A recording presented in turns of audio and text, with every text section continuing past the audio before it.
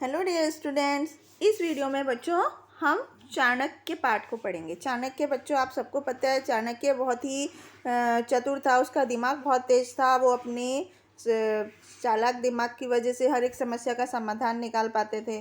तो चाणक्य एक बार क्या हुआ, आचार्य चाणक्य के पास कोई चीन का यात्री आया और जिस समय वो मिलने आया था, तो उस समय चाणक्य जो थे उनको हम विष्णुगुप्त या कौटिल्य के नाम से भी जानते हैं, वो कुछ लिख रहे थे। तो आपको तो पता ही है कि उस समय ना तो बड़े दिए होते थे पुराने समय में, ना ही बिजली थी और तेल के दिए जलाए जाते थे। उस समय शाम के समय ऐसे ही दीपक की रोशनी में जो विष्णुगुप्त थे, चाणक्य जो थे, वो कुछ बहुत ही महत्वपूर्ण लेख लिख रहे थे। तो तभी एक चीनी यात्री आया। तो उस यात्री का आचार्य ने स्वागत किया, आचार्य चाणक्य ने स्वागत किया, उसका वेलकम किया, उन्हें बिठाया और अपने हाथ का जो वो आर्टिकल लिख रहे थे वो काम पूरा किया। और काम पूरा होने के बाद आचार्य ने क्या किया, आपको जानना चाहते हो इस बात को? तो सुनो। उन्होंने अपने जो उनके सामने दिया जल रहा था उसको बुझा दिया और उसके बाद एक दूसरा दिया जलाया। तो ये देखकर वो जो चीनी यात्री उनसे मिलने आया था वो बहुत ही ज़्यादा हैरान हुआ। उसे लगा कि चाणक्य ने ऐसा करके किसी भारत की परंपरा का पालन किया होगा, शायद भारत में कोई प्रथा होगी जिसका उन्होंने पालन किया।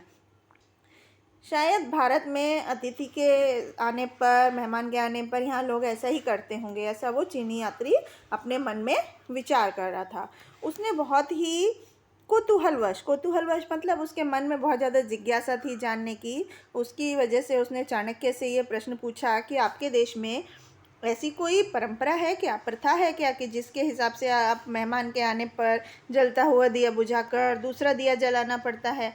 तो उसकी बात सुनकर आचार्य चाणक्य ने कहा, नहीं नहीं, ऐसा नहीं है। मैं अभी जिस दिए की रोशनी में लिख रहा था वो दिया, उसमें भरा हुआ तेल और वो कार्य, वो काम, तीनों मेरे राष्ट्र के थे, मतलब मेरे देश से संबंधित थे। इसलिए मैंने अपने राष्ट्र का कार्य, राष्ट्र का जो भी काम था वो राष्ट्र के धन से किया। और अब मैं आपसे जो बातचीत करने वाला हूँ वो मेरा व्यक्तिगत विषय है, यानी कि मेरी पर्सनल चीज़ है, राष्ट्र का नहीं है, नेशन का नहीं है। इसलिए व्यक्तिगत चर्चा में, व्यक्तिगत काम में राष्ट्र का तेल ना जले, इसलिए मैंने राष्ट्र का दिया हुआ दिए को बुझा करके अपना व्यक्तिगत दिया जलाया। तो बच्चों इस चीज़ से आपको क्या मिलता है कि हमारे जो आचार्य थे, जो पुराने महापुरुष थे, उन सब के विचार कितने ऊंचे थे। वो ये सब जान कर के मन उन एकदम हैरान हो जाता है। वो इतनी ऊंचाई पर पहुँचे तो इन लोगों को देखकर ऐसा लगता है कि उनके आचरण को अगर हम थोड़ा भी अनुसरण कर ले तो हमारे लिए बहुत अच्छा होगा। तो इस तरह से बच्चों हमारे जो आचार्य थे, महापुरुष थे, वो सब बहुत ही अच्छे विचारों के थे और वो बहुत ही ईमानदार थे। हमें ज़रूर उनमें से थोड़ा कुछ अपने जीवन में अनुसरण करना चाहिए।